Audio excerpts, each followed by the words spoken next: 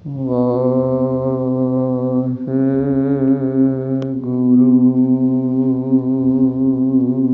ਸਾਹਿਬ ਜੀ।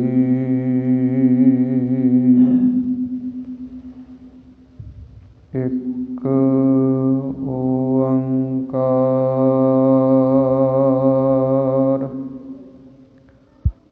ਸਤਿਨਾਮ ਕਰਤਾ ਪੁਰਖ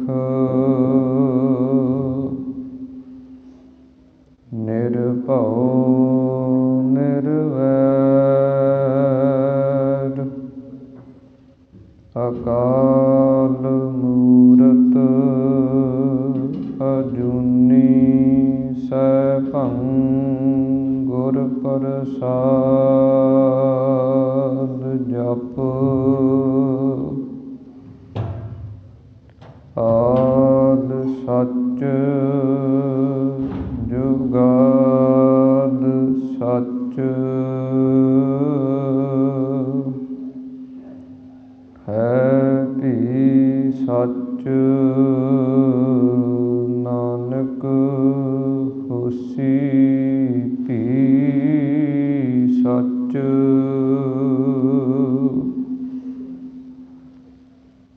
ਪ੍ਰਭ ਦਾਤੋ ਦਾਤਾਰ ਪਰਿਓ ਜਾਚਕ ਇਕ ਸਰਨਾ।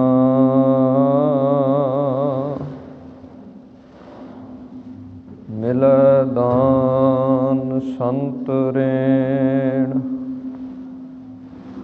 ਜਿਹ ਲਗ ਭਉ ਜਲ ਤਰਨਾ। ਬਿਨਤ ਕਰੋ ਅਰਦਾਸ ਸੁਣਹੁ ਜੇ ਠਾਕੁਰ ਭਾਵੈ। ਦੇਹੁ ਦਰਸ ਮਨ ਚਾਉ ਭਗਤ ਇਹੋ ਮਨ ਠਹਿਰਾਵੈ। ਬਲਿਓ ਚਰਾਗ ਅੰਧਿਆਰ ਮਹਿ ਸਭ ਕਲ ਉਦਰੀ ਇਕ ਨਾਮ ਧਰਮ। ਪ੍ਰਗਟ ਸਗਲ ਹਰ ਭਵਨ ਮਹਿ ਜਨ ਨਾਨਕ ਗੁਰ ਪਾਰ ਬ੍ਰਹਮ।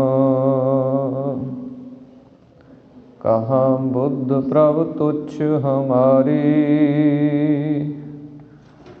ਵਰਨ ਸਕੈ ਮਹਿਮਾ ਜੋ ਤਿਹਾਰੀ।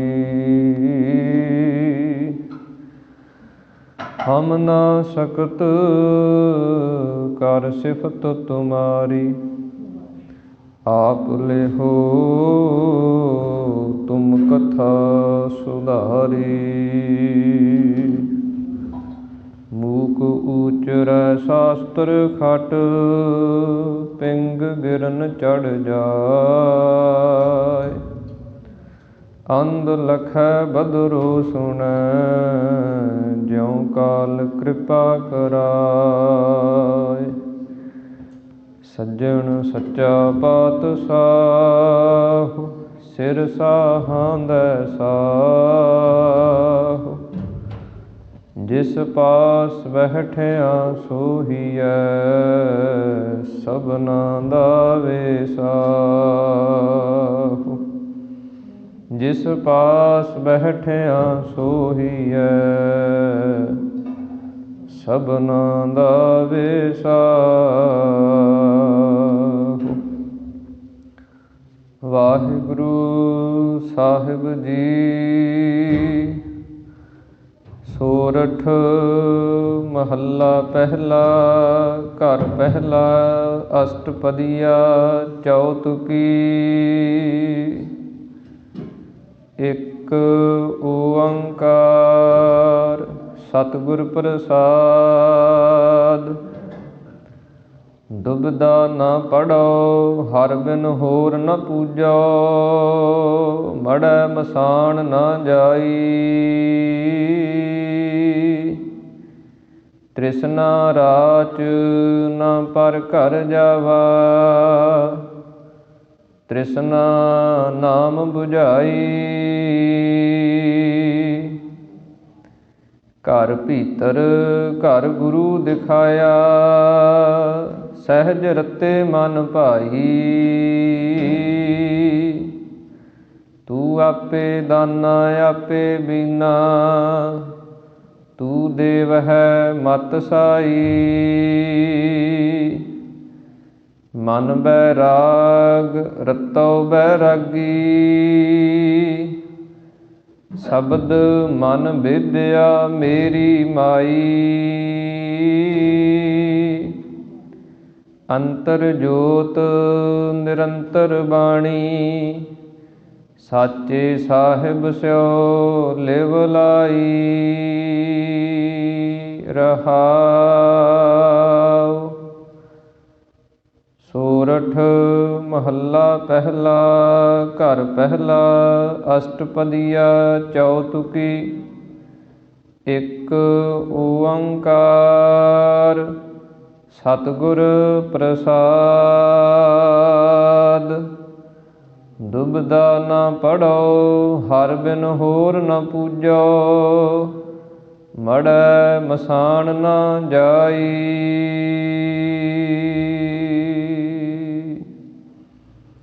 ਵਾਹਿਗੁਰੂ ਜੀ ਕਾ ਖਾਲਸਾ, ਵਾਹਿਗੁਰੂ ਜੀ ਕੀ ਫਤਿਹ।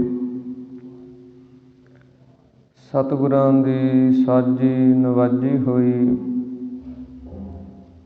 ਪਰਮ ਸਨਮਾਨ ਅਤੇ ਸਤਿਕਾਰਯੋਗ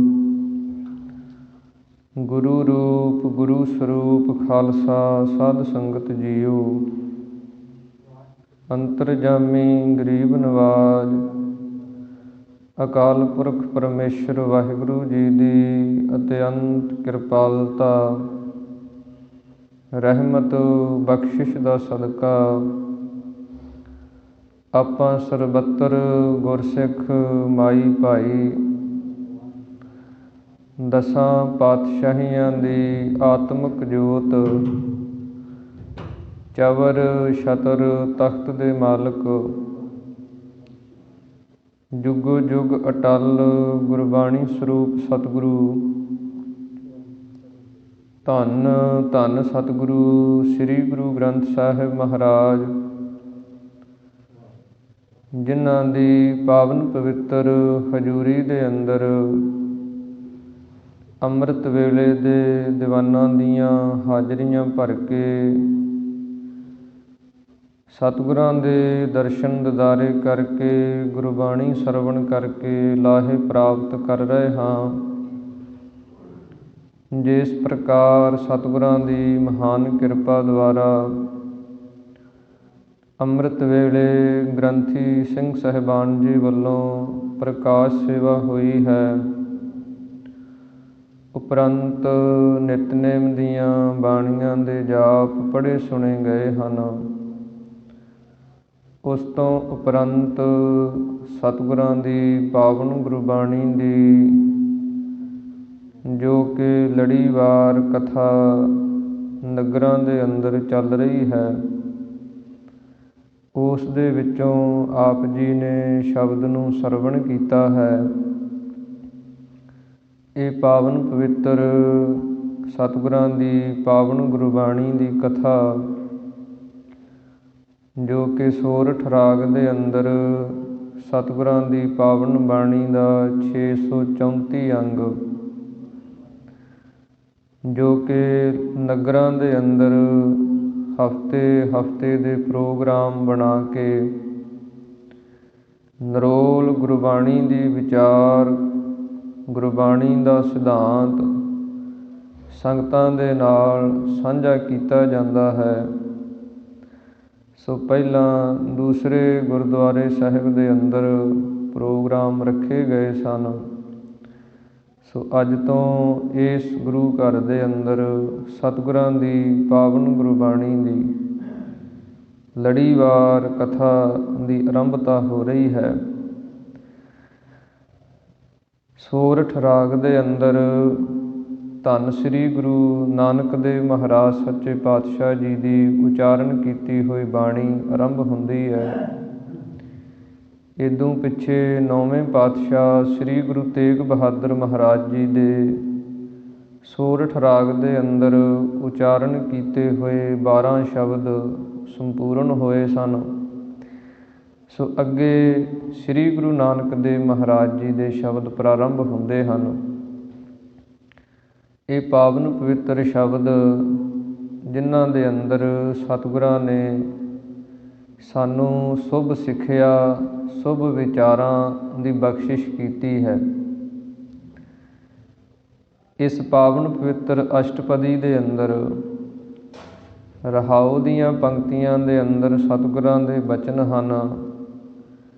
ਸਤਿਗੁਰੂ ਜੀ ਕਹਿੰਦੇ, ਸੰਸਾਰ ਦੇ ਅੰਦਰ ਆਪਣੇ ਆਪ ਨੂੰ ਵੈਰਾਗੀ ਕਹਾ ਲੈਣਾ ਬੜਾ ਸੌਖਾ ਹੁੰਦਾ, ਪਰ ਸਹੀ ਅਰਥਾਂ ਦੇ ਵਿੱਚ ਵੈਰਾਗੀ ਬਣ ਜਾਣਾ ਇਹ ਬੜਾ ਔਖਾ ਕਾਰਜ ਹੈ। ਆਪਾਂ ਆਮ ਤੌਰ 'ਤੇ ਵੇਖਦੇ ਹਾਂ, ਜਿਹੜਾ ਕੰਮ ਆਪਾਂ ਜ਼ੁਬਾਨ ਦੇ ਨਾਲ ਕਹਿ ਦਿੰਦੇ ਹਾਂ, ਪਰ ਜਿੰਨਾ ਸੌਖਾ ਆਪਾਂ ਕਹਿ ਦਿੰਦੇ ਹਾਂ, ਜਦੋਂ ਉਹਨੂੰ ਕਰਨਾ ਪੈ ਜਾਂਦਾ ਉਹ ਬੜਾ ਔਖਾ ਲੱਗਦਾ, ਕਹਿਣਾ ਸੌਖਾ ਲੱਗਦਾ। ਇਸੇ ਪ੍ਰਕਾਰ ਹੀ ਸਤਿਗੁਰੂ ਜੀ ਕਹਿੰਦੇ ਵੈਰਾਗੀ, ਇਹ ਸੰਸਾਰ ਦੇ ਅੰਦਰ ਵੈਰਾਗੀਆਂ ਦਾ ਪੰਥ ਵੀ ਚੱਲਦਾ ਹੈ। ਅਤੇ ਜਦੋਂ ਇਹਨਾਂ ਵੈਰਾਗੀਆਂ ਦੇ ਪੰਥ ਦੇ ਨਾਲ ਸਤਿਗੁਰਾਂ ਦੀ ਗੋਸ਼ਟੀ ਹੋਈ, ਵਿਚਾਰ ਚਰਚਾ ਹੋਈ, ਤਾਂ ਉਸ ਸਮੇਂ ਸਤਿਗੁਰਾਂ ਨੇ ਇਹ ਸ਼ੁਭ ਸਿੱਖਿਆ, ਸ਼ੁਭ ਵਿਚਾਰਾਂ ਦੀ ਬਖਸ਼ਿਸ਼ ਕੀਤੀ ਹੈ। ਰਹਾਉ ਦੀਆਂ ਪੰਕਤੀਆਂ ਹਨ। ਮਨ ਬੈਰਾਗ ਰਤੋ ਬੈਰਾਗੀ, ਸ਼ਬਦ ਮਨ ਭੇਦਿਆ ਮੇਰੀ ਮਾਈ। ਸਤਿਗੁਰੂ ਜੀ ਕਹਿੰਦੇ ਬੈਰਾਗ ਦਾ ਅਰਥ ਕੀ ਹੁੰਦਾ? ਜਿਵੇਂ ਆਪਾਂ ਕੋਈ ਚੀਜ਼ ਬੈ ਲੈ ਲੈਂਦੇ ਹਾਂ, ਖਰੀਦ ਲੈਂਦੇ ਹਾਂ, ਇਸੇ ਪ੍ਰਕਾਰ ਹੀ ਰਾਗ ਦਾ ਅਰਥ ਹੁੰਦਾ ਪ੍ਰੇਮ, ਕਿ ਜਿਸ ਨੇ ਆਪਣੇ ਹਿਰਦੇ ਦੇ ਅੰਦਰੋਂ ਪਰਮੇਸ਼ਰ ਦਾ ਪ੍ਰੇਮ ਜਿਹੜਾ ਉਹ ਲੈ ਲਿਆ ਅਤੇ ਬਾਕੀ ਜਿਹੜੀਆਂ ਚੀਜ਼ਾਂ ਹਨ ਉਹਨਾਂ ਦਾ ਤਿਆਗ ਕਰ ਦਿੱਤਾ, ਉਹ ਅਸਲੀ ਮਾਇਨਿਆਂ ਦੇ ਵਿੱਚ ਵੈਰਾਗੀ ਹੈ। ਰਤੋ ਸ਼ਬਦ, ਜਿਹਦਾ ਮਨ ਸਤਿਗੁਰੂ ਜੀ ਕਹਿੰਦੇ ਸ਼ਬਦ ਦੇ ਵਿੱਚ ਵੇਧਿਆ ਕਹੀਏ, ਵਿੰਨਿਆ ਗਿਆ, ਉਹ ਅਸਲੀ ਮਾਇਨਿਆਂ ਦੇ ਵਿੱਚ ਵੈਰਾਗੀ ਹੈ। ਅੰਤਰ ਜੋਤ ਨਿਰੰਤਰ ਬਾਣੀ, ਜਿਹਦੇ ਅੰਤਰ ਆਤਮੇ ਜੋ ਜੋਤੀ ਸਰੂਪ ਪਰਮੇਸ਼ਰ ਵਾਹਿਗੁਰੂ ਨਿਰੰਤਰ ਇੱਕ ਰਸ ਸਭ ਦੇ ਅੰਦਰ ਵਿਰਾਜ ਰਿਹਾ, ਉਹ ਜੋਤ ਜਿਹੜੀ ਹੈ ਉਹਨੂੰ ਜਿਹੜਾ ਪਛਾਣ ਲੈਂਦਾ, ਸਾਚੇ ਸਾਹਿਬ ਸਿਉ ਲਿਵ ਲਾਈ, ਅਤੇ ਸੱਚਾ ਜੋ ਸਾਹਿਬ ਪਰਮੇਸ਼ਰ ਵਾਹਿਗੁਰੂ ਹੈ ਉਹਦੇ ਨਾਲ ਉਹਦੀ ਲਿਵ ਜਦੋਂ ਬਿਰਤੀ ਲੱਗ ਜਾਂਦੀ ਹੈ, ਉਹ ਸਤਿਗੁਰੂ ਜੀ ਕਹਿੰਦੇ ਵੈਰਾਗੀ ਬਣ ਜਾਂਦਾ ਹੈ। ਇਸ ਪ੍ਰਕਾਰ ਸ੍ਰੀ ਗੁਰੂ ਨਾਨਕ ਦੇਵ ਮਹਾਰਾਜ ਜੀ ਇਸ ਪਾਵਨ ਪਵਿੱਤਰ ਸ਼ਬਦ ਦੇ ਰਾਹੀਂ ਸਿੱਖਿਆ ਬਖਸ਼ਿਸ਼ ਕਰਦੇ ਹਨ।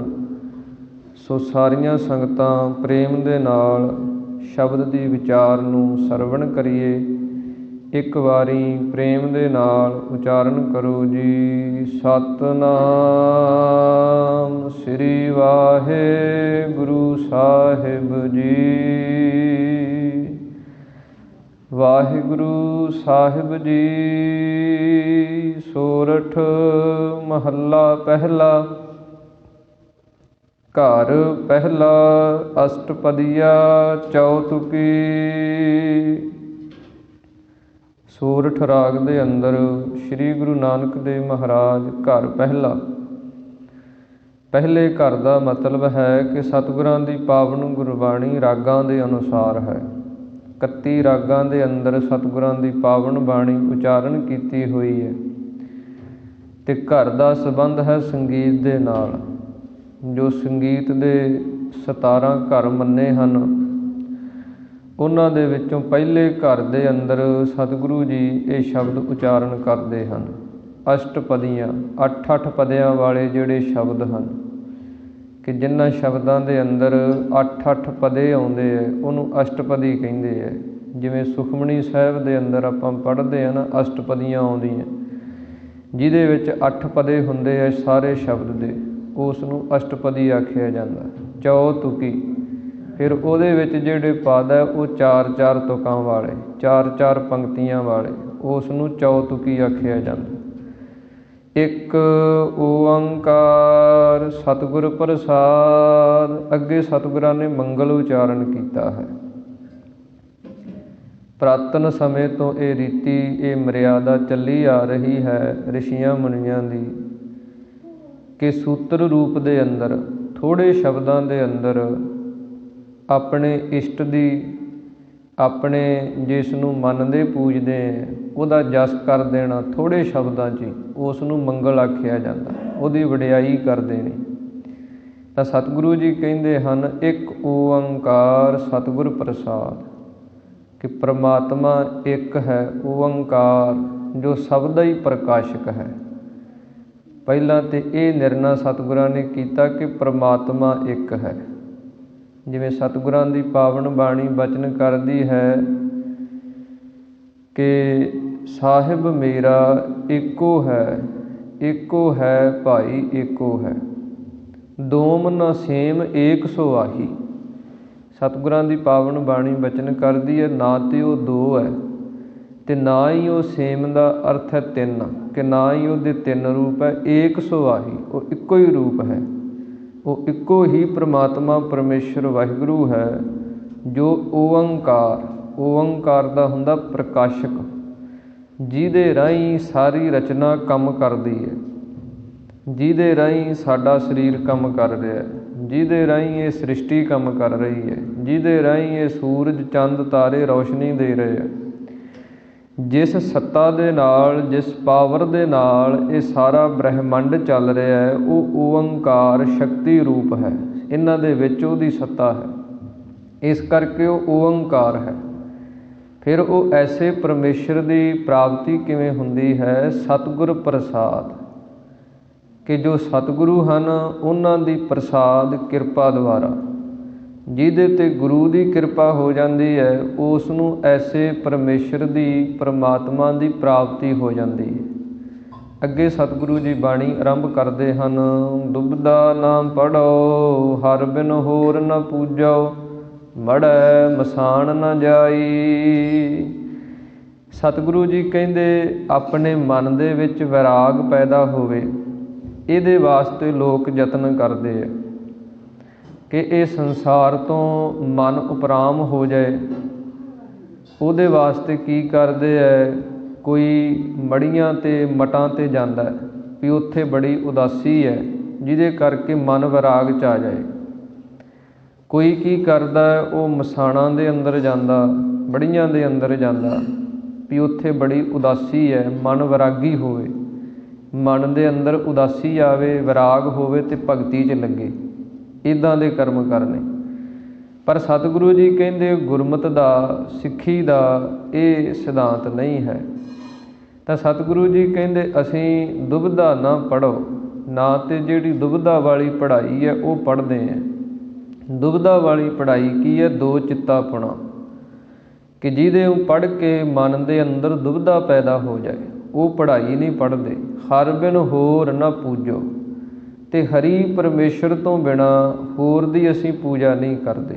ਮੜੈ ਮਸਾਣ ਨਾ ਜਾਈ, ਜਿਹੜੇ ਮੱਠ ਹਨ ਇਸੇ ਪ੍ਰਕਾਰ ਜਿਹੜੀਆਂ ਮਸਾਣਾਂ ਹਨ ਉਹਨਾਂ ਦੇ ਅੰਦਰ ਅਸੀਂ ਨਹੀਂ ਜਾਂਦੇ। ਅਕਾਲ ਪੁਰਖ ਪਰਮੇਸ਼ਰ ਦੀ ਪੂਜਾ ਨੂੰ ਛੱਡ ਕੇ ਤ੍ਰਿਸ਼ਨਾ ਰਾਚ ਨਾ ਪਰ ਘਰ ਜਾਵਾ, ਤ੍ਰਿਸ਼ਨਾ ਨਾਮ ਬੁਝਾਈ। ਸਤਿਗੁਰੂ ਜੀ ਕਹਿੰਦੇ ਅਕਾਲ ਪੁਰਖ ਪਰਮੇਸ਼ਰ ਦਾ ਦਰ ਮਨੁੱਖ ਕਦੋਂ ਛੱਡ ਜਾਂਦਾ, ਗੁਰੂ ਦਾ ਆਸਰਾ ਕਦੋਂ ਛੱਡਦਾ? ਜਦੋਂ ਤ੍ਰਿਸ਼ਨਾ ਜਿਹੜੀ ਹੈ ਉਹ ਇੰਨੀ ਹਾਵੀ ਹੋ ਜਾਂਦੀ ਹੈ। ਤ੍ਰਿਸ਼ਨਾ ਕੀ ਹੈ? ਕਿ ਸਭ ਕੁਝ ਮੈਨੂੰ ਮਿਲੇ, ਜੋ ਇਨਸਾਨ ਦੇ ਕੋਲ ਹੈ ਉਹਦੇ ਤੋਂ ਤ੍ਰਿਪਤੀ ਨਾ ਹੋ ਕੇ ਹੋਰ ਵੱਧ ਦੀ ਇੱਛਾ ਰੱਖਣੀ। ਉਹਨੂੰ ਪੂਰਿਆਂ ਕਰਨ ਵਾਸਤੇ ਫਿਰ ਕੀ ਕਰਦਾ ਇਨਸਾਨ? ਫਿਰ ਦਰ ਦਰ 'ਤੇ ਜਾਂਦਾ, ਹਰ ਥਾਂ 'ਤੇ ਜਾਂਦਾ, ਜਿੱਥੇ ਕੋਈ ਦੱਸਦਾ ਉੱਥੇ ਹੀ ਜਾਂਦਾ, ਜੇ ਇੱਥੋਂ ਨਹੀਂ ਇੱਥੇ ਜਾ ਤੂੰ, ਫਿਰ ਉੱਥੇ ਵੀ ਜਾਂਦਾ। ਪਰ ਸਤਿਗੁਰੂ ਜੀ ਕਹਿੰਦੇ ਅਸੀਂ ਇਹ ਤ੍ਰਿਸ਼ਨਾ ਜਿਹੜੀ ਹੈ ਇਹਦੇ 'ਚ ਰਚ ਕੇ ਨਾ ਪਰ ਘਰ ਜਾਵਾ, ਅਸੀਂ ਅਕਾਲ ਪੁਰਖ ਦੇ ਦਰ ਨੂੰ ਛੱਡ ਕੇ, ਗੁਰੂ ਦੇ ਦਰ ਨੂੰ ਛੱਡ ਕੇ ਹੋਰ ਪਰਾਏ ਘਰਾਂ ਦੇ ਵਿੱਚ ਨਹੀਂ ਜਾਂਦੇ, ਭਾਵ ਕਿ ਕਿਸੇ ਹੋਰ ਦੀ ਪੂਜਾ ਨਹੀਂ ਕਰਦੇ। ਤ੍ਰਿਸ਼ਨਾ ਨਾਮ ਬੁਝਾਈ, ਕਿ ਜਿਹੜੀ ਤ੍ਰਿਸ਼ਨਾ ਹੈ ਇਹ ਤੇ ਪਰਮੇਸ਼ਰ ਦੇ ਨਾਮ ਦੁਆਰਾ ਹੀ ਬੁਝਦੀ ਹੈ। ਘਰ ਭੀਤਰ ਘਰ ਗੁਰੂ ਦਿਖਾਇਆ, ਸਹਿਜ ਰਤੇ ਮਨ ਭਾਈ। ਸਤਿਗੁਰੂ ਜੀ ਕਹਿੰਦੇ ਘਰ ਭੀਤਰ, ਇਹ ਇੱਕ ਸੰਸਾਰ ਜਿਹੜਾ ਘਰ ਹੈ, ਇਹਦੇ ਵਿੱਚ ਜਿਹੜਾ ਸਾਡਾ ਸਰੀਰ ਹੈ, ਇਹ ਸਰੀਰ ਦੇ ਅੰਦਰ ਸਾਡਾ ਅਸਲੀ ਘਰ ਹੈ, ਉਹ ਗੁਰੂ ਨੇ ਦਿਖਾਇਆ, ਉਹ ਗੁਰੂ ਦੀ ਸਿੱਖਿਆ ਨੇ ਦਿਖਾਇਆ। ਅਤੇ ਸਹਿਜ ਰਤੇ ਮਨ ਭਾਈ, ਜਦੋਂ ਉਹ ਘਰ ਗੁਰੂ ਦਿਖਾ ਦਿੰਦਾ ਫਿਰ ਸਾਡੇ ਅੰਦਰ ਸ਼ਾਂਤੀ ਸਹਿਜ ਆ ਜਾਂਦਾ, ਉਹਦੇ ਵਿੱਚ ਫਿਰ ਸਾਡਾ ਮਨ ਜਿਹੜਾ ਉਹ ਰੰਗਿਆ ਜਾਂਦਾ, ਕਿਉਂਕਿ ਉਹ ਪਰਮੇਸ਼ਰ ਵਾਹਿਗੁਰੂ ਜਿਹੜਾ ਹੈ ਉਹ ਸਭ ਦੇ ਹਿਰਦੇ ਦੇ ਅੰਦਰ ਹੈ, ਸਾਡਾ ਅਸਲੀ ਜਿਹੜਾ ਘਰ ਹੈ, ਜਿਹਨੂੰ ਸਤਿਗੁਰਾਂ ਦੀ ਪਾਵਨ ਬਾਣੀ ਬਚਨ ਕਰਦੀ ਹੈ, ਨਾਨਕ ਬੱਧਾ ਘਰ ਤਹਾਂ ਜਿੱਥੈ ਮਿਰਤ ਨਾ ਜਨਮ ਜਰਾ। ਉਸ ਘਰ ਦੇ ਅੰਦਰ ਜਾ ਕੇ ਨਾ ਸਾਡਾ ਜਨਮ ਹੁੰਦਾ, ਨਾ ਸਾਡੀ ਮੌਤ ਹੁੰਦੀ ਹੈ, ਨਾ ਬੁਢੇਪਾ ਹੀ ਆਉਂਦਾ। ਉੱਥੇ ਜਾ ਕੇ ਕੁਝ ਵੀ ਇਹ ਨਹੀਂ ਹੁੰਦਾ ਜੋ ਇਹ ਪ੍ਰਤੱਖ ਘਰਾਂ ਦੇ ਅੰਦਰ ਹੁੰਦਾ। ਉਹ ਅਸਲੀ ਘਰ ਜਿਹੜਾ ਉਹ ਗੁਰੂ ਜਦੋਂ ਦਿਖਾ ਦਿੰਦਾ ਹੈ ਆਪਣੇ ਗਿਆਨ ਦੁਆਰਾ, ਉਪਦੇਸ਼ਾਂ ਦੁਆਰਾ, ਉਹਦੇ ਵਿੱਚ ਸਾਡਾ ਮਨ ਫਿਰ ਜਿਹੜਾ ਉਹ ਰੰਗਿਆ ਜਾਂਦਾ ਹੈ। ਤੂੰ ਆਪੇ ਦਾਨਾ ਆਪੇ ਬੀਨਾ, ਤੂੰ ਦੇਵ ਹੈ ਮਤ ਸਾਈ। ਸਤਿਗੁਰੂ ਜੀ ਕਹਿੰਦੇ ਪਰਮੇਸ਼ਰ ਵਾਹਿਗੁਰੂ ਤੂੰ ਆਪ ਹੀ ਦਾਨਾ ਹੈ।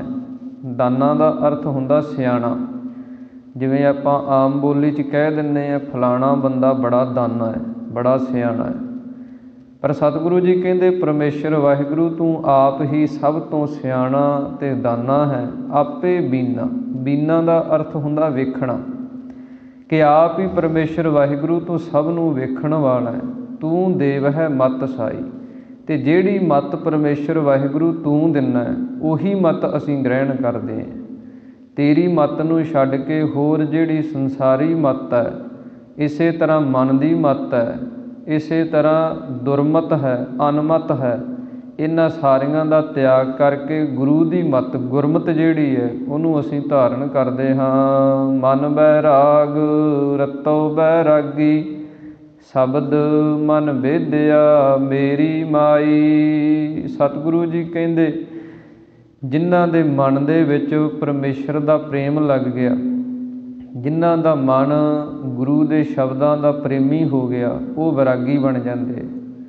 ਸ਼ਬਦ ਮਨ ਵੇਦਿਆ ਮੇਰੀ ਮਾਈ, ਹੇ ਮੇਰੀ ਮਾਤਾ, ਮਹਾਤਮਾ ਰੂਪ ਸਖੀਓ ਰੂਪ ਮਾਤਾ, ਮੇਰਾ ਜਿਹੜਾ ਮਨ ਹੈ ਉਹ ਗੁਰੂ ਦੇ ਸ਼ਬਦ ਦੇ ਵਿੱਚ ਵਿੰਨ੍ਹਿਆ ਗਿਆ ਹੈ। ਭਾਵ ਕਿ ਉਸ ਸ਼ਬਦ ਦੇ ਵਿੱਚ ਜਿਵੇਂ ਕਿਸੇ ਚੀਜ਼ ਦੇ ਨਾਲ ਕਿਸੇ ਚੀਜ਼ ਨੂੰ ਵਿੰਨ੍ਹ ਦਈਦਾ, ਇਸੇ ਪ੍ਰਕਾਰ ਹੀ ਸਾਡਾ ਮਨ ਜਿਹੜਾ ਹੈ ਉਹ ਹੁਣ ਗੁਰੂ ਦੇ ਸ਼ਬਦਾਂ ਰੂਪੀ ਤੀਰਾਂ ਦੇ ਨਾਲ ਵਿੰਨ੍ਹਿਆ ਗਿਆ ਹੈ। ਜਿਵੇਂ ਭਗਤ ਕਬੀਰ ਸਾਹਿਬ ਜੀ ਕਹਿੰਦੇ ਹਨ, ਕਬੀਰ ਸਤਿਗੁਰ ਸੂਰਮੇ ਬਾਹਿਆ ਬਾਣ ਜੋ ਏਕ, ਲਾਗਤ ਹੀ ਭੋਏ ਗਿਰ ਪਰਿਆ, ਪਰਿਆ ਕਲੇਜੇ ਛੇਕ। ਕਿ ਜਦੋਂ ਗੁਰੂ ਆਪਣਾ ਉਪਦੇਸ਼ ਦਾ ਸ਼ਬਦ ਦਾ ਤੀਰ ਮਾਰਦਾ, ਫਿਰ ਮਨ ਜਿਹੜਾ ਇਹ ਵਿਕਾਰਾਂ ਵੱਲੋਂ ਮੋੜ ਆਉਂਦਾ, ਮਨ ਜਿਹੜਾ ਭਗਤੀ ਵਾਲੇ ਪਾਸੇ ਲੱਗ ਜਾਂਦਾ ਹੈ। ਅੰਤਰ ਜੋਤ ਨਿਰੰਤਰ ਬਾਣੀ, ਸਾਚੇ ਸਾਹਿਬ ਸਿਉ ਲਿਵ ਲਾਈ ਰਹਾਉ। ਸਤਿਗੁਰੂ ਜੀ ਕਹਿੰਦੇ ਜੋ ਨਿਰੰਤਰ ਇੱਕ ਰਸ ਅੰਦਰ ਜੋਤ ਵਿਰਾਜ ਰਹੀ ਹੈ, ਇਸੇ ਕਰਕੇ ਸਤਿਗੁਰਾਂ ਨੇ ਆਖਿਆ ਮਨ ਤੂੰ ਜੋਤ ਸਰੂਪ ਹੈ। ਇਹ ਜੋਤ ਹੀ ਹੈ ਪਰਮੇਸ਼ਰ ਦੀ ਜੋ ਸਭ ਦੇ ਅੰਦਰ ਵਿਰਾਜਮਾਨ ਹੈ। ਧੰਨ ਗੁਰੂ ਕਲਗੀਧਰ ਮਹਾਰਾਜ ਜੀ ਦੇ ਬਚਨ ਆਉਂਦੇ ਹਨ, ਜ਼ਮੀਨ ਜਮਾਨ ਕੇ ਬਿਖੈ, ਸਮਸਤ ਏਕ ਜੋਤ ਹੈ, ਨਾ ਘਾਟ ਹੈ ਨਾ ਬਾੜ ਹੈ, ਨਾ ਘਾਟ ਬਾੜ ਹੋਤ ਹੈ। ਇੱਕੋ ਜੋਤ ਹੈ ਪਰਮੇਸ਼ਰ ਵਾਹਿਗੁਰੂ ਦੀ, ਜੋ ਜ਼ਮੀਨ ਤੋਂ ਲੈ ਕੇ ਆਸਮਾਨ ਤੱਕ ਸਾਰੀ ਸ੍ਰਿਸ਼ਟੀ ਦੇ ਅੰਦਰ, ਸਭ ਜੀਆਂ ਦੇ ਅੰਦਰ, ਕੀੜੀ ਤੋਂ ਲੈ ਕੇ ਹਾਥੀ ਤੱਕ ਜਿੰਨੇ ਜੀਵ ਜੰਤੂ ਹੈ ਸਭ ਦੇ ਅੰਦਰ ਇੱਕ ਰਸ ਵਿਰਾਜ ਰਹੀ ਹੈ। ਉਹ ਜਿਹੜੀ ਜੋਤ ਹੈ ਸਤਿਗੁਰੂ ਜੀ ਕਹਿੰਦੇ ਉਹ ਗੁਰੂ ਦੀ ਬਾਣੀ ਦੁਆਰਾ ਉਹਦੀ ਸਮਝ ਆਉਂਦੀ ਹੈ। ਜਦੋਂ ਉਹਦੀ ਸਮਝ ਆਉਂਦੀ ਹੈ ਫਿਰ ਸਾਚੇ ਸਾਹਿਬ ਸਿਉ ਲਿਵ ਲਾਈ, ਫਿਰ ਜਿਹੜਾ ਮਨ ਹੈ ਸਾਡਾ ਉਹ ਸੱਚੇ ਸਾਹਿਬ ਪਰਮੇਸ਼ਰ ਦੇ ਵਿੱਚ ਲਿਵ ਜਿਹੜੀ ਬਿਰਤੀ ਹੈ ਉਹਨੂੰ ਲਾਉਂਦਾ ਹੈ। ਰਹਾਉ ਅਸੰਖ ਬੈਰਾਗੀ ਕਹਿ ਬੈਰਾਗ ਸੋ ਬੈਰਾਗੀ ਜੇ ਖਸਮੈ ਭਾਵੈ। ਸਤਿਗੁਰੂ ਜੀ ਕਹਿੰਦੇ ਅਸੰਖ ਬੈਰਾਗੀ ਹਨ। ਇਸ ਸੰਸਾਰ ਦੇ ਅੰਦਰ ਵਿਰਾਗਵਾਨ ਬੜੇ ਤਰ੍ਹਾਂ ਦੇ ਹੈ। ਧਾਰਮਿਕ ਗ੍ਰੰਥਾਂ ਦੇ ਅੰਦਰ 9 ਪ੍ਰਕਾਰ ਦੇ ਵਿਰਾਗ ਦਾ ਜ਼ਿਕਰ ਆਉਂਦਾ ਹੈ, ਜਿਨ੍ਹਾਂ ਦੇ ਨਾਮ ਹਨ ਵੱਖੋ ਵੱਖਰੇ, ਉਹਨਾਂ ਨੇ ਨਾਮ ਦਿੱਤੇ ਹੈ। ਇਸੇ ਪ੍ਰਕਾਰ ਮੰਦ ਵਿਰਾਗ ਹੈ, ਏਕ ਇੰਦਰੀ ਵਿਰਾਗ ਹੈ, ਯਤਮਾਨ ਵਿਰਾਗ ਹੈ, ਵਿਤਰੇਕ ਵਿਰਾਗ ਹੈ। ਇਸੇ ਤਰ੍ਹਾਂ ਤਰ ਤੀਬਰ ਵੈਰਾਗ ਹੈ, ਤਰ ਤੀਬਰ ਤਰ ਤਮ ਵੈਰਾਗ ਹੈ। ਇਹ ਵੱਖੋ ਵੱਖਰੇ ਦਰਜੇ ਹੈ। ਜਿਵੇਂ ਜਿਵੇਂ ਕਿਸੇ ਦੀ ਮਨ ਦੀ ਅਵਸਥਾ ਬਦਲਦੀ ਜਾਂਦੀ ਹੈ, ਉਹਨਾਂ ਨੇ ਫਿਰ ਉਹਨੂੰ ਉੱਦਾਂ ਉੱਦਾਂ ਦੇ ਨਾਮ ਦਈ ਗਏ। ਕਾਰਨ ਵਿਰਾਗ ਹੈ। ਕਾਰਨ ਵਿਰਾਗ ਕੀ ਹੈ ਕਿ ਘਰ ਦੇ ਵਿੱਚੋਂ ਸਭ ਕੁਝ ਖਤਮ ਹੋ ਗਿਆ, ਕੁਝ ਨਾ ਰਿਹਾ ਪੱਲੇ, ਫਿਰ ਵਿਰਾਗੀ ਬਣ ਗਏ, ਉਹ ਵੀ ਵਿਰਾਗ ਹੈ। ਇਸੇ ਪ੍ਰਕਾਰ ਇੰਦਰੀਆਂ ਦਾ ਵਿਸ਼ਿਆਂ ਵੱਲੋਂ ਮੋੜ ਆਉਣਾ, ਉਹ ਵੀ ਵਿਰਾਗ ਹੈ। ਫਿਰ ਮਨ ਦਾ ਵਿਕਾਰਾਂ ਵੱਲੋਂ ਮੋੜ ਆਉਣਾ, ਉਹ ਵੀ ਵਿਰਾਗ ਹੈ। ਪਰ ਸਤਿਗੁਰੂ ਜੀ ਕਹਿੰਦੇ ਅਣਗਿਣਤ ਤਰ੍ਹਾਂ ਦੇ ਵਿਰਾਗ ਹਨ ਅਤੇ ਕਹੇ ਜਾਂਦੇ ਆ ਸੰਸਾਰ ਦੇ ਅੰਦਰ। ਪਰ ਸਤਿਗੁਰੂ ਜੀ ਕਹਿੰਦੇ ਸੋ ਬੈਰਾਗੀ, ਅਸਲੀ ਉਹ ਬੈਰਾਗੀ ਹੈ ਜੇ ਖਸਮੈ ਭਾਵੈ। ਜਿਹੜਾ ਅਕਾਲ ਪੁਰਖ ਪਰਮੇਸ਼ਰ ਨੂੰ ਭਾ ਜਾਂਦਾ, ਉਹ ਅਸਲੀ ਵੈਰਾਗੀ ਹੈ। ਅਤੇ ਜੇ ਉਹ ਪਰਮੇਸ਼ਰ ਨੂੰ ਜਿਹੜਾ ਕਾਰਜ ਨਹੀਂ ਪਾਉਂਦਾ, ਅਤੇ ਜਿਹੜਾ ਕਾਰਜ ਪਰਮਾਤਮਾ ਦੇ ਹੁਕਮ ਤੋਂ ਉਲਟ ਹੈ, ਉਹਦੇ 'ਤੇ ਜੇ ਕੋਈ ਚੱਲ ਕੇ ਆਪਣੇ ਆਪ ਨੂੰ ਵੈਰਾਗੀ ਕਹਾਵੇ, ਅਤੇ ਸਤਿਗੁਰੂ ਜੀ ਕਹਿੰਦੇ ਉਹ ਪਰਮੇਸ਼ਰ ਨੂੰ ਪ੍ਰਵਾਨ ਨਹੀਂ ਹੈ। ਇਸ ਕਰਕੇ ਅਸਲੀ ਵੈਰਾਗੀ ਉਹ ਹੈ ਜਿਹੜਾ ਪਰਮਾਤਮਾ ਨੂੰ, ਪਰਮੇਸ਼ਰ ਨੂੰ ਭਾ ਜਾਂਦਾ ਹੈ। ਹਿਰਦੈ ਸ਼ਬਦ ਸਦਾ ਭੈ ਰਚਿਆ ਗੁਰ ਕੀ ਕਾਰ ਕਮਾਵੈ। ਸਤਿਗੁਰੂ ਜੀ ਕਹਿੰਦੇ ਜਿਹਦੇ ਹਿਰਦੇ ਦੇ ਅੰਦਰ ਸ਼ਬਦ ਵਸਿਆ ਹੋਇਆ, ਅਤੇ ਜਿਹੜਾ ਸਦਾ ਭੈ ਰਚਿਆ, ਜਿਹੜਾ ਸਦਾ ਹੀ ਪਰਮਾਤਮਾ ਦੇ ਡਰ ਦੇ ਵਿੱਚ ਰਹਿੰਦਾ, ਜਿਹੜਾ ਰੱਬ ਤੋਂ ਡਰ ਕੇ ਰਹਿੰਦਾ ਅਤੇ ਹਿਰਦੇ 'ਚ ਜਿਹਦੇ ਸ਼ਬਦ ਵਸਿਆ, ਗੁਰ ਕੀ ਕਾਰ ਕਮਾਵੈ। ਫਿਰ ਜਿਹੜਾ ਗੁਰੂ ਦੀ ਸੇਵਾ ਜਿਹੜੀ ਹੈ ਉਹਨੂੰ ਕਮਾਉਂਦਾ ਕਰਦਾ ਹੈ। ਏਕੋ ਚੇਤੈ ਮਨੁਆ ਨਾ ਡੋਲੈ ਧਾਵਤ ਵਰਜ ਰਹਾਵੈ। ਸਤਿਗੁਰੂ ਜੀ ਕਹਿੰਦੇ ਜਿਹੜਾ ਆਪਣੇ ਚੇਤੇ ਦੇ ਵਿੱਚ ਇੱਕੋ ਪਰਮਾਤਮਾ ਨੂੰ ਮੰਨਦਾ ਹੈ, ਜਿਹਦਾ ਮਨ ਇੱਕ ਪਰਮੇਸ਼ਰ ਦੀ ਅਰਾਧਨਾ ਕਰਦਾ ਹੈ, ਅਤੇ ਉਹ ਸਤਿਗੁਰੂ ਜੀ ਕਹਿੰਦੇ ਫਿਰ ਕਦੇ ਡੋਲਦਾ ਨਹੀਂ। ਧਾਵਤ ਵਰਜ ਰਹਾਵੈ। ਉਹ ਜਿਹੜੀਆਂ ਇੰਦਰੀਆਂ ਉਹਦੀਆਂ ਭੱਜਦੀਆਂ ਹਨ, ਅੱਖਾਂ ਰੂਪ ਵੱਲ ਭੱਜਦੀਆਂ, ਕੰਨ ਨਿੰਦਿਆ ਸੁਣਨ ਵੱਲ ਭੱਜਦੇ ਹੈ, ਜ਼ਬਾਨ ਜਿਹੜੀ ਹੈ ਝੂਠ ਬੋਲਣ ਵੱਲ ਭੱਜਦੀ ਹੈ। ਇਸੇ ਤਰ੍ਹਾਂ ਹੱਥ ਜਿਹੜੇ ਹੈ ਉਹ ਚੋਰੀ ਜਾਰੀ ਕਰਨ ਵੱਲ ਭੱਜਦੇ ਹੈ। ਇੱਧਰੋਂ ਸਾਰੀਆਂ ਹੀ ਇੰਦਰੀਆਂ ਉਹਨਾਂ ਦੀਆਂ ਵੱਸ 'ਚ ਆ ਜਾਂਦੀਆਂ। ਧਾਵਤ ਵਰਜ ਰਹਾਵੈ। ਇਹ ਸਾਰੇ ਪਾਸੋਂ ਆਪਣੀਆਂ ਇੰਦਰੀਆਂ ਨੂੰ ਉਹ ਰੋਕ ਲੈਂਦੇ ਹਨ। ਸਹਿਜੇ ਮਾਤਾ ਸਦਾ ਰੰਗ ਰਾਤਾ ਸਾਚੇ ਕੇ ਗੁਣ ਗਾਵੈ। ਸਤਿਗੁਰੂ ਜੀ ਕਹਿੰਦੇ ਉਹ ਸਹਿਜੇ ਮਾਤਾ, ਜਿਹੜੀ ਸਹਿਜ ਆਤਮਿਕ ਅਡੋਲ ਅਵਸਥਾ ਹੈ, ਉਹਦੇ ਵਿੱਚ ਉਹ ਮਸਤ ਰਹਿੰਦੇ ਹੈ, ਅਤੇ ਸਦਾ ਰੰਗ ਰਾਤਾ, ਅਤੇ ਸਦਾ ਹਰੀ ਪਰਮੇਸ਼ਰ ਦੇ ਨਾਮ ਦੇ ਰੰਗ ਦੇ ਵਿੱਚ ਰੰਗੇ ਰਹਿੰਦੇ ਹੈ। ਸਾਚੇ ਕੇ ਗੁਣ ਗਾਵੈ। ਸੱਚੇ ਪਰਮੇਸ਼ਰ ਦੇ ਗੁਣਾਂ ਨੂੰ, ਉਹਦੀਆਂ ਵਡਿਆਈਆਂ ਨੂੰ ਗਾਉਂਦੇ ਹਨ। ਮਨੁਆ ਪਾਉਣ ਬਿੰਦ ਸੁਖ ਵਾਸੀ ਨਾਮ ਵਸੈ ਸੁਖ ਭਾਈ। ਸਤਿਗੁਰੂ ਜੀ ਕਹਿੰਦੇ ਜਿਹੜਾ ਸਾਡਾ ਮਨ ਹੈ ਇਹ ਪਾਉਣ ਹਵਾ ਦੀ ਨਿਆਈ ਹੈ। ਜਿਵੇਂ ਹਵਾ ਦੀ ਚੰਚਲਤਾ ਹੁੰਦੀ ਹੈ, ਹਵਾ ਕਦੇ ਇੱਧਰੋਂ ਚੱਲਦੀ ਹੈ, ਕਦੇ ਇੱਧਰੋਂ ਚੱਲਦੀ ਹੈ, ਕਿਵੇਂ ਹਵਾ ਜਿਹੜੀ ਹੈ ਉਹਦਾ ਪਤਾ ਨਹੀਂ ਚੱਲਦਾ। ਇਸੇ ਤਰ੍ਹਾਂ ਹੀ ਸਾਡਾ ਮਨ ਹੈ।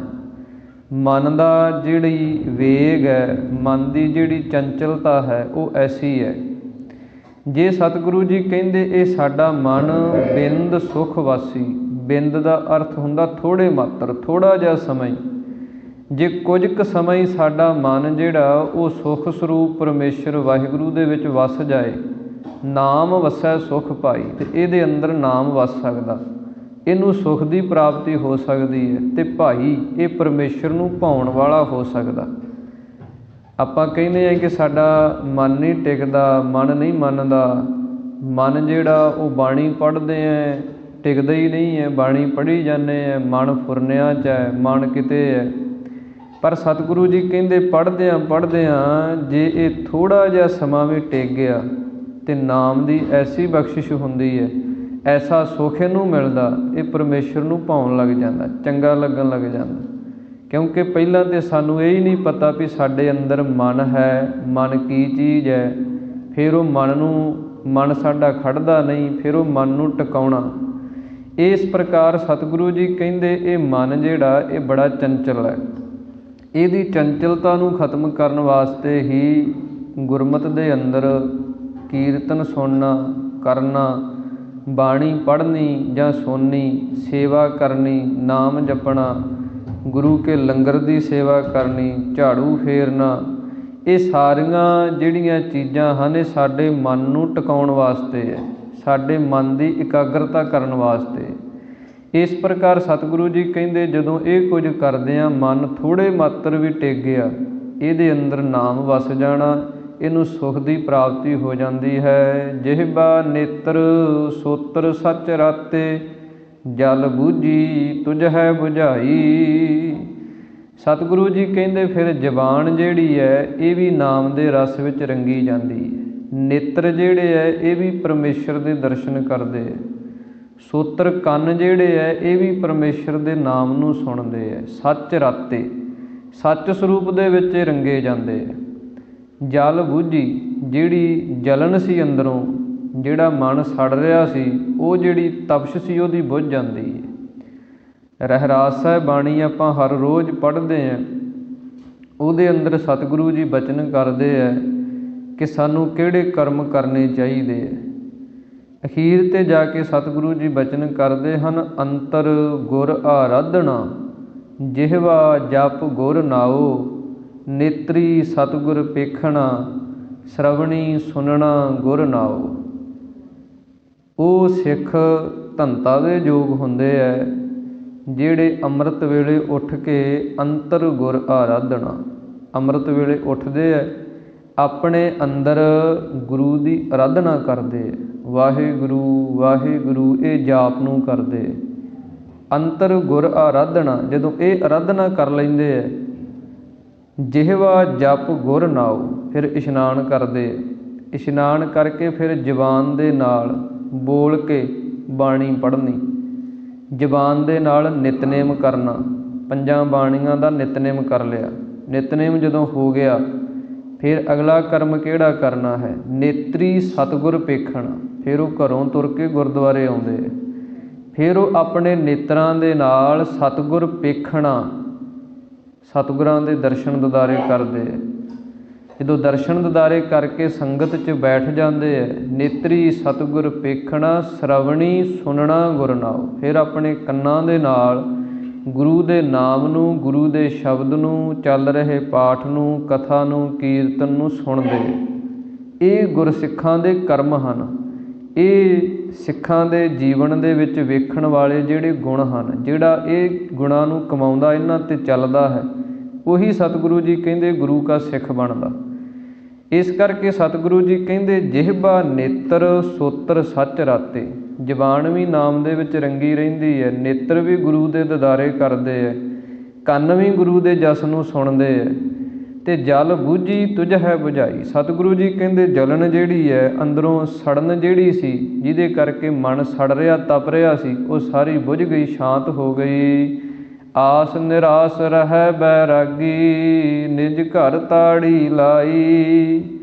ਸਤਿਗੁਰੂ ਜੀ ਕਹਿੰਦੇ ਆਸਾਂ ਵੱਲੋਂ ਨਿਰਾਸ਼ ਹੋ ਗਿਆ। ਆਸਾਂ ਲੱਗੀਆਂ ਰਹਿੰਦੀਆਂ ਸੀ ਨਾ, ਜਬ ਲਗ ਸਾਸ ਤਬ ਲਗ ਆਸ, ਜਿੰਨਾ ਚਿਰ ਸਾਹ ਚੱਲਦੇ ਆਸ ਤੇ ਬਣੀ ਰਹਿੰਦੀ ਹੈ। ਪਰ ਉਹ ਆਸ ਜਿਹੜੀ ਹੈ ਫਿਰ ਉਹ ਪਰਮੇਸ਼ਰ ਦੀ ਪ੍ਰਾਪਤੀ ਦੀ ਬਣ ਗਈ। ਇਹ ਸੰਸਾਰ ਦੀ ਮਾਇਆ ਲੈਣ ਦੀ ਆਸਾ ਖਤਮ ਹੋ ਗਈ, ਇੱਧਰੋਂ ਨਿਰਾਸ਼ ਹੋ ਗਿਆ। ਫਿਰ ਉਹ ਰਹਿ ਬੈਰਾਗੀ, ਅਸਲੀ ਬੈਰਾਗੀ ਬਣ ਕੇ ਰਹਿੰਦਾ। ਨਿਜ ਘਰ ਤਾੜੀ ਲਾਈ, ਆਪਣੇ ਨਿਜ ਸਰੂਪ ਦੇ ਅੰਦਰ ਉਹ ਤਾੜੀ ਬਿਰਤੀ ਜਿਹੜੀ ਹੈ, ਧਿਆਨ ਜਿਹੜਾ ਉਸ ਨੂੰ ਲਾਉਂਦਾ ਹੈ। ਭਿਖਿਆ ਨਾਮ ਰੱਜੇ ਸੰਤੋਖੀ, ਅੰਮ੍ਰਿਤ ਸਹਿਜ ਪੀਆਈ। ਸਤਿਗੁਰੂ ਜੀ ਕਹਿੰਦੇ ਉਹ ਨਾਮ ਦੀ ਭਿਖਿਆ ਨੂੰ ਪ੍ਰਾਪਤ ਕਰਕੇ ਰੱਜ ਜਾਂਦੇ ਹੈ, ਸੰਤੋਖੀ ਬਣ ਜਾਂਦੇ। ਸੰਤੋਖ ਤੋਂ ਬਿਨਾਂ ਸਾਡਾ ਮਨ ਨਹੀਂ ਰੱਜ ਸਕਦਾ। ਮਨ ਨੂੰ ਜੇ ਪਦਾਰਥਾਂ ਦੇ ਨਾਲ ਰਜਾਉਣ ਦੀ ਕੋਸ਼ਿਸ਼ ਕਰੀਏ ਤਾਂ ਸਤਿਗੁਰੂ ਜੀ ਕਹਿੰਦੇ ਹਨ ਜਪਜੀ ਸਾਹਿਬ ਬਾਣੀ ਦੇ ਅੰਦਰ ਹੀ ਸਤਿਗੁਰਾਂ ਨੇ ਨਿਰਣਾ ਕੀਤਾ, ਭੁੱਖਿਆਂ ਭੁੱਖ ਨਾ ਉਤਰੀ ਜੇ ਬੰਨਾਂ ਪੁਰੀਆਂ ਭਾਰ। ਜੇ ਇਸ ਨੂੰ ਪੁਰੀਆਂ ਦੇ ਸੁੱਖ ਵੀ ਬੰਨ੍ਹ ਕੇ ਦੇ ਦਈਏ, ਮਨ ਫਿਰ ਵੀ ਨਹੀਂ ਰੱਜਦਾ। ਮਨ ਰੱਜਦਾ ਕਿਵੇਂ ਹੈ? ਮਨ ਸੰਤੋਖ ਸ਼ਬਦ ਗੁਰ ਰਾਜੇ। ਗੁਰੂ ਦੇ ਸ਼ਬਦ ਦੇ ਨਾਲ ਮਨ ਜਿਹੜਾ ਉਹ ਸਾਡਾ ਰੱਜਦਾ ਹੈ। ਸਤਿਗੁਰੂ ਜੀ ਕਹਿੰਦੇ ਨਾਮ ਦੀ ਭਿਖਿਆ ਪ੍ਰਾਪਤ ਕਰਕੇ ਅੰਮ੍ਰਿਤ ਸਹਿਜ ਪਿਆਈ। ਫਿਰ ਉਹ ਅੰਮ੍ਰਿਤ ਨਾਮ ਨੂੰ ਸਹਿਜ ਦੇ ਨਾਲ, ਸ਼ਾਂਤੀ ਦੇ ਨਾਲ ਪੀਂਦੇ ਆ, ਜਪਦੇ ਹਨ। ਦੁਬਿਧਾ ਵਿੱਚ ਬੈਰਾਗ ਨਾ ਹੋਵੀ, ਜਬ ਲਗ ਦੂਜੀ ਰਾਈ। ਸਤਿਗੁਰੂ ਜੀ ਕਹਿੰਦੇ ਇਹ ਜਿਹੜਾ ਗੁਰਮਤਿ ਅਨੁਸਾਰ ਵਿਰਾਗ ਹੈ, ਇਹ ਦੁਬਿਧਾ ਵਿੱਚ ਪੈਦਾ ਨਹੀਂ ਹੁੰਦਾ। ਜਿੰਨਾ ਚਿਰ ਸਾਡੇ ਅੰਦਰ ਦੁਬਿਧਾ ਹੈ, ਇਹ ਦੁਬਿਧਾ ਬਹੁਤੇ ਘਰ ਗੱਲ ਹੈ। ਇਸ ਦਵੈਤ ਨੇ ਸਤਿਗੁਰੂ ਜੀ ਕਹਿੰਦੇ ਬੜੇ ਘਰ ਗਾਲਤੇ ਹੈ। ਦੁਬਿਧਾ ਜਿੱਥੇ ਆ ਜਾਂਦੀ ਹੈ, ਉੱਥੇ ਮਨ ਦੇ ਅੰਦਰ ਵਿਰਾਗ ਨਹੀਂ ਪੈਦਾ ਹੁੰਦਾ। ਜਬ ਲਗ ਦੂਜੀ ਰਾਈ, ਜਿੰਨਾ ਚਿਰ ਸਾਡੇ ਅੰਦਰ ਰਾਈ ਮਾਤਰ, ਰੱਤੀ ਮਾਤਰ ਵੀ ਦਵੈਤ ਹੈ, ਥੋੜ੍ਹੇ ਮਾਤਰ ਵੀ ਅੰਦਰ ਦੋ ਚਿੱਤਾ ਪੁਣਾ ਹੈ, ਉਨਾ ਚਿਰ ਸਤਿਗੁਰੂ ਜੀ ਕਹਿੰਦੇ ਮਨ ਜਿਹੜਾ ਸਾਡਾ ਉਹ ਦੋ ਚਿੱਤੀਆਂ 'ਚ ਫਸਿਆ ਰਹਿੰਦਾ, ਉਹ ਦੁਬਿਧਾ ਦੇ ਵਿੱਚ ਪਿਆ ਰਹਿੰਦਾ। ਨਾਮ ਜਪੀਏ ਕਿ ਨਾ ਜਪੀਏ, ਸਵੇਰੇ ਜਪ ਲਈਏ ਜਾਂ ਸ਼ਾਮ ਨੂੰ ਜਪ ਲਾਂਗੇ, ਗੁਰਦੁਆਰੇ ਸਵੇਰੇ ਜਾ ਨਹੀਂ ਸ਼ਾਮ ਨੂੰ ਜਾ ਆਵਾਂਗੇ। ਇੱਦਾਂ ਜਿਹੜੀ ਦੁਬਿਧਾ ਹੈ, ਇਹਦੇ ਵਿੱਚ ਸਤਿਗੁਰੂ ਜੀ ਕਹਿੰਦੇ ਜਿਹੜਾ ਅਸਲੀ ਵਿਰਾਗ ਹੈ ਉਹ ਪੈਦਾ ਨਹੀਂ ਹੁੰਦਾ। ਸਭ ਜਗ ਤੇਰਾ ਤੂੰ ਏਕੋ ਦਾਤਾ, ਅਵਰ ਨਾ ਦੂਜਾ ਭਾਈ। ਸਤਿਗੁਰੂ ਜੀ ਕਹਿੰਦੇ ਸਾਰਾ ਜਗਤ ਜਿਹੜਾ ਉਹ ਤੇਰਾ ਹੀ ਹੈ ਪਰਮੇਸ਼ਰ, ਤੂੰ ਏਕੋ ਦਾਤਾ, ਤੂੰ ਸਭ ਦਾ ਹੀ ਦਾਤਾ ਹੈ। ਸਭਨਾ ਜੀਆ ਕਾ ਇੱਕ ਦਾਤਾ, ਸੋ ਮੈਂ ਵਿਸਰ ਨਾ ਜਾਈ। ਸਤਿਗੁਰੂ ਜੀ ਕਹਿੰਦੇ ਸਾਰਾ ਜਗਤ ਪਰਮੇਸ਼ਰ ਵਾਹਿਗੁਰੂ ਤੇਰਾ ਹੈ ਅਤੇ ਤੂੰ ਸਭ ਦਾ ਹੀ ਦਾਤਾ ਹੈ। ਅਵਰ ਨਾ ਦੂਜਾ ਭਾਈ, ਤੇਰੇ ਤੋਂ ਬਿਨਾਂ ਹੋਰ ਪਰਮੇਸ਼ਰ ਵਾਹਿਗੁਰੂ ਦੂਸਰਾ ਕੋਈ ਵੀ ਦਾਤਾ ਨਹੀਂ ਸੰਸਾਰ ਦੇ ਅੰਦਰ। ਤੂੰ ਹੀ ਸਭ ਤੋਂ ਵੱਖਰਾ ਅਤੇ ਸਭ ਨੂੰ ਰਿਜ਼ਕ ਦੇਣ ਵਾਲਾ ਦਾਤਾ ਹੈ। ਮਨਮੁਖ ਜੰਤ ਦੁੱਖ ਸਦਾ ਨਿਵਾਸੀ, ਗੁਰਮੁਖ ਦੇ ਵਡਿਆਈ। ਸਤਿਗੁਰੂ ਜੀ ਕਹਿੰਦੇ ਜਿਹੜੇ ਮਨਮੁਖ ਜੀਵ ਹਨ ਉਹ ਸਦਾ ਦੁਖੀ ਰਹਿੰਦੇ ਆ, ਉਹਨਾਂ ਦਾ ਵਾਸਾ ਜਿਹੜਾ ਦੁੱਖਾਂ ਦੇ ਅੰਦਰ ਹੀ ਹੁੰਦਾ। ਕਿਉਂਕਿ ਜਿਹੜਾ ਮਨ ਨੂੰ ਮੁਖੀ ਬਣਾ ਕੇ ਚੱਲਦਾ ਅਤੇ ਮਨ ਨੇ ਕਦੇ ਸੁੱਖ ਨਹੀਂ ਦੇਣਾ ਸਾਨੂੰ। ਮਨ ਨੇ ਹਮੇਸ਼ਾ ਹੀ ਵਿਕਾਰਾਂ ਵਾਲੇ ਪਾਸੇ, ਮਾੜੇ ਪਾਸੇ ਤੁਰਨਾ, ਉੱਧਰ ਨੂੰ ਜਦੋਂ ਤੁਰਨਾ ਤਾਂ ਫਿਰ ਦੁਖੀ ਹੋਣਾ। ਇਸ ਕਰਕੇ ਸਤਿਗੁਰੂ ਜੀ ਕਹਿੰਦੇ ਗੁਰਮੁਖ ਦੇ ਵਡਿਆਈ, ਜਿਹੜੇ ਗੁਰੂ ਨੂੰ ਮੁੱਖ ਬਣਾ ਕੇ ਚੱਲਦੇ ਆ, ਜਿਨ੍ਹਾਂ ਦਾ ਮੁੱਖ ਗੁਰੂ ਵੱਲ ਹੈ, ਉਹਨਾਂ ਨੂੰ ਫਿਰ ਗੁਰੂ ਜਿਹੜੀਆਂ ਵਡਿਆਈਆਂ ਹਨ ਉਹ ਬਖਸ਼ ਦਿੰਦਾ ਹੈ। ਅਪਰ ਅਪਾਰ ਅਗੰਮ ਅਗੋਚਰ, ਕਹਿਣਾ ਕੀਮ ਨਾ ਪਾਈ। ਸਤਿਗੁਰੂ ਜੀ ਕਹਿੰਦੇ ਉਹ ਪਰਮੇਸ਼ਰ ਵਾਹਿਗੁਰੂ ਅਪਰ ਹੈ। ਇਹ ਸ੍ਰਿਸ਼ਟੀ ਜਿਹੜੀ ਹੈ ਇਹਦੇ ਵੀ ਪਾਰਾਵਾਰ ਤੋਂ ਰਹਿਤ ਹੈ। ਜਿੰਨੀ ਉਸ ਨੇ ਰਚਨਾ ਕੀਤੀ ਹੈ ਇਹਦਾ ਹੀ ਕੋਈ ਆਪਾਂ ਆਰ ਪਾਰ ਨਹੀਂ ਲਾ ਸਕਦੇ, ਅਤੇ ਉਹ ਪਰਮੇਸ਼ਰ ਅਤੇ ਇਹਦੇ ਤੋਂ ਵੀ ਪਰੇ ਬੇਅੰਤ ਹੈ। ਅਗੰਮ, ਅਗੰਮ ਫਿਰ ਉਹ ਮਨ ਦੀ ਗਮਤਾ ਤੋਂ ਰਹਿਤ ਹੈ। ਮਨ ਸਾਡਾ ਕਿੰਨਾ ਤੇਜ਼ ਹੈ, ਮਨ ਦੀ ਸਪੀਡ ਕਿੰਨੀ ਹੈ, ਇੱਕ ਸਕਿੰਟ ਦੇ ਵਿੱਚ ਹੀ ਕਿਤੇ ਦੀ ਕਿਤੇ ਚੱਲ ਜਾਂਦਾ, ਪਰ ਰੱਬ ਤੱਕ ਨਹੀਂ ਜਾ ਸਕਦਾ। ਉੱਧਰੋਂ ਅਗੰਮ ਹੈ, ਉਹ ਪਰਮੇਸ਼ਰ ਵਾਹਿਗੁਰੂ ਇਸ ਮਨ ਦੇ ਵੀ ਅਧੀਨ ਨਹੀਂ ਆਉਂਦਾ। ਕਿ ਵੇਖ ਲਓ ਕਿੱਡੀ ਮਨ ਦੀ ਸ਼ਕਤੀ ਹੈ, ਪਰ ਕਹਿੰਦਾ ਕੋਈ ਵੀ ਮੇਰਾ ਮਨ ਰੱਬ ਵੱਲ ਵੀ ਚੱਲ ਜਾਂਦਾ ਏਡੀ ਛੇਤੀ, ਨਹੀਂ ਜਾਂਦਾ, ਕਿਉਂਕਿ ਉਹ ਮਨ ਤੋਂ ਅਗੰਮ ਹੈ, ਪਰੇ ਹੈ। ਅਗੋਚਰ, ਫਿਰ ਸਾਡੀਆਂ ਜਿਹੜੀਆਂ ਗੋਚਰ ਨਾਮ ਹੁੰਦਾ ਇੰਦਰੀਆਂ ਦਾ, ਜਿਹੜੀਆਂ ਸਾਡੀਆਂ ਇੰਦਰੀਆਂ ਕੰਮ ਕਰ ਰਹੀਆਂ, ਕੰਨ ਸੁਣ ਰਹੇ ਹੈ, ਅੱਖਾਂ ਵੇਖ ਰਹੀਆਂ, ਪਰ ਉਹ ਪਰਮੇਸ਼ਰ ਦੇ ਸਰੂਪ ਤੱਕ ਨਹੀਂ ਪਹੁੰਚ ਸਕਦੀਆਂ। ਇਸ ਕਰਕੇ ਸਤਿਗੁਰੂ ਜੀ ਕਹਿੰਦੇ ਉਹ ਪਰਮੇਸ਼ਰ ਵਾਹਿਗੁਰੂ ਮਨ ਅਤੇ ਬੁੱਧੀ ਦੀਆਂ ਵਿਚਾਰਾਂ ਤੋਂ ਵੀ ਪਰੇ ਹੈ। ਕਹਿਣਾ ਕੀਮ ਨਾ ਪਾਈ, ਕਹਿਣ ਵਾਲਿਆਂ ਨੇ ਬੜਾ ਜ਼ੋਰ ਲਾਇਆ, ਪਰ ਸਤਿਗੁਰੂ ਜੀ ਕਹਿੰਦੇ ਕਿਸੇ ਤੋਂ ਕੀਮਤ ਨਹੀਂ ਪਾਈ ਗਈ, ਕੋਈ ਦੱਸ ਨਹੀਂ ਸਕਿਆ। ਬੜਿਆਂ ਨੇ ਯਤਨ ਕੀਤੇ ਕਿ ਇੱਦਾਂ ਦਾ ਹੈ ਪਰਮੇਸ਼ਰ, ਉਹ ਇੱਦਾਂ ਦਾ ਹੈ, ਪਰ ਸਤਿਗੁਰੂ ਜੀ ਕਹਿੰਦੇ ਉਹਦੇ ਸਰੂਪ ਨੂੰ ਕੋਈ ਦੱਸ ਹੀ ਨਹੀਂ ਸਕਦਾ। ਸਤਿਗੁਰਾਂ ਦੀ ਪਾਵਨ ਬਾਣੀ ਦੇ ਅੰਦਰ ਜਦੋਂ ਆਪਾਂ ਵਿਚਾਰਾਂ ਕਰਦੇ ਹਾਂ, ਇਹ ਵਿਚਾਰਾਂ ਹੁੰਦੀਆਂ ਲਕਸ਼ਣਾ ਬਿਰਤੀ ਦੇ ਨਾਲ, ਪਰ ਉਹ ਪਰਮੇਸ਼ਰ ਦਾ ਜਿਹੜਾ ਸਰੂਪ ਹੈ ਸ਼ਕਤੀ ਬਿਰਤੀ ਦੇ ਨਾਲ ਕੋਈ ਬਿਆਨ ਨਹੀਂ ਕਰ ਸਕਦਾ। ਕੋਈ ਦਾਅਵਾ ਕਰ ਦੇਵੇ ਕਿ ਬਸ ਇਹੀ ਹੈ, ਇੱਦਾਂ ਨਹੀਂ ਕੋਈ ਕਰ ਸਕਦਾ। ਲਕਸ਼ਣਾ ਬਿਰਤੀ ਦੇ ਨਾਲ ਆਪਾਂ ਉਹਦੇ ਜਸ, ਉਹਦੀਆਂ ਵਡਿਆਈਆਂ, ਉਹਦੇ ਗੁਣ, ਕਿ ਉਹ ਦਿਆਲੂ ਹੈ, ਉਹ ਕਿਰਪਾਲੂ ਹੈ, ਉਹ ਮਿਹਰ ਕਰਨ ਵਾਲਾ ਹੈ, ਉਹ ਸਭ ਨੂੰ ਸੁੱਖ ਦੇਣ ਵਾਲਾ ਹੈ, ਉਹ ਦੁੱਖਾਂ ਨੂੰ ਕੱਟਣ ਵਾਲਾ, ਇਹ ਲਕਸ਼ਣਾ ਬਿਰਤੀ ਹੈ। ਫਿਰ ਉਹ ਕਿਵੇਂ ਇਹ ਗੁਣ ਕਰਦਾ, ਕਿਵੇਂ ਵਡਿਆਈਆਂ ਦਿੰਦਾ, ਉਹਨਾਂ ਦੀ ਵਿਚਾਰ ਕਰ ਲੈਣੀ। ਇਹ ਜਸ ਹੈ ਪਰਮੇਸ਼ਰ ਦਾ। ਇਸ ਕਰਕੇ ਸਤਿਗੁਰੂ ਜੀ ਕਹਿੰਦੇ ਕਹਿਣ ਵਾਲਿਆਂ ਤੋਂ ਉਹਦੀ ਕੀਮਤ ਜਿਹੜੀ ਹੈ ਪਾਈ ਨਹੀਂ ਗਈ, ਦੱਸ ਨਹੀਂ ਸਕੇ। ਇਸ ਪ੍ਰਕਾਰ ਇਹ ਪਾਵਨ ਪਵਿੱਤਰ ਵਿਚਾਰਾਂ ਧੰਨ ਸ੍ਰੀ ਗੁਰੂ ਨਾਨਕ ਦੇਵ ਮਹਾਰਾਜ ਜੀ ਨੇ ਇਸ ਅਸ਼ਟਪਦੀ ਦੇ ਅੰਦਰ ਆਪਾਂ ਨੂੰ ਬਖਸ਼ਿਸ਼ ਕੀਤੀਆਂ ਹਨ, ਜਿਸ ਦੇ 4 ਪਦੇ ਜਿਹੜੇ ਉਹ ਸੰਪੂਰਨ ਹੋਏ ਹਨ। ਰਹਿੰਦੇ ਜਿਹੜੇ 4 ਪਦੇ ਹਨ ਉਹ ਆਪਾਂ ਕੱਲ੍ਹ ਨੂੰ ਅੱਗੇ ਵਿਚਾਰਨ ਦੇ ਯਤਨ ਕਰਾਂਗੇ। ਸਤਿਗੁਰੂ ਜੀ ਕਿਰਪਾ ਕਰਨ। ਆਪ ਸੰਗਤਾਂ ਦਾ ਹਾਰਦਿਕ ਧੰਨਵਾਦ, ਜਿਨ੍ਹਾਂ ਨੇ ਗੁਰੂ ਕੀ ਪਾਵਨ ਬਾਣੀ ਦੀਆਂ ਵਿਚਾਰਾਂ ਸ਼ਾਂਤੀ ਇਕਾਗਰਤਾ ਦੇ ਨਾਲ ਸਰਵਣ ਕੀਤੀਆਂ ਹਨ। ਹੁਣ ਅਖੀਰਲੀਆਂ ਪੰਕਤੀਆਂ ਪੜ੍ਹ ਕੇ ਸਮਾਪਤੀ ਕਰੀਏ, ਉਸ ਤੋਂ ਉਪਰੰਤ ਅਰਦਾਸ ਦੇ ਵਿੱਚ ਸ਼ਾਮਲ ਹੋਈਏ ਜੀ। ਮਨਮੁਖ ਜੰਤ ਦੁਖ ਸਦਾ ਨਿਵਾਸੀ, ਗੁਰਮੁਖ ਦੇ ਵਡਿਆਈ। ਅਪਰ ਅਪਾਰ ਅਗੰਮ ਅਗੋਚਰ, ਕਹਿਣਾ ਕੀਮ ਨ ਪਾਈ। ਵਾਹਿਗੁਰੂ ਜੀ ਕਾ ਖਾਲਸਾ, ਵਾਹਿਗੁਰੂ ਜੀ ਕੀ ਫਤਿਹ। ਹੇ ਗੋਬਿੰਦ, ਹੇ ਗੋਪਾਲ, ਹੇ ਦਇਆਲ ਲਾਲ, ਪ੍ਰਾਣਨਾਥ ਅਨਾਥ ਸਖੇ, ਦੀਨ ਦਰਦ ਨਿਵਾਰ। ਹੇ ਸਮਰੱਥ ਅਗਮ ਪੂਰਨ, ਮੋਹਿ ਮਇਆ ਧਾਰ। ਅੰਧਕੂਪ ਮਹਾ ਭਿਆਨ, ਨਾਨਕ ਪਾਰ ਉਤਾਰ। ਆਏ ਪ੍ਰਭ ਸਰਣਾਗਤੀ, ਕਿਰਪਾ ਨਿਧ ਦਇਆਲ। ਏਕ ਅੱਖਰ ਹਰ ਮਨ ਬਸਤ, ਨਾਨਕ ਹੋਤ ਨਿਹਾਲ। ਜਲ ਥਲ ਮਹੀਅਲ ਪੂਰਿਆ, ਸੁਆਮੀ ਸਿਰਜਣਹਾਰ।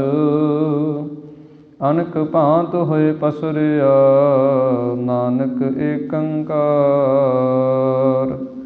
ਵਾਹਿਗੁਰੂ ਨਾਮ ਜਹਾਜ ਹੈ, ਚੜ੍ਹੇ ਸੋ ਤਰੇ ਪਾਰ। ਜੋ ਸ਼ਰਧਾ ਕਰ ਸੇਵੰਦੇ, ਗੁਰੂ ਪਾਰ ਉਤਾਰਨ ਹਾਰ। ਜੋ ਸ਼ਰਧਾ ਕਰ ਸੇਵੰਦੇ, ਗੁਰੂ ਪਾਰ ਉਤਾਰਨ